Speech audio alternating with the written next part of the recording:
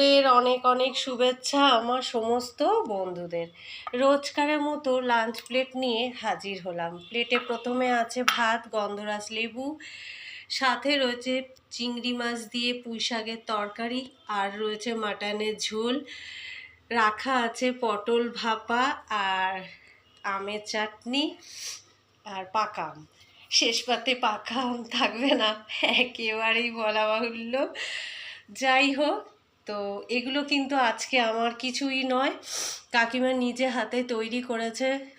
Mutton, পুঁই শাক, এইগুলো।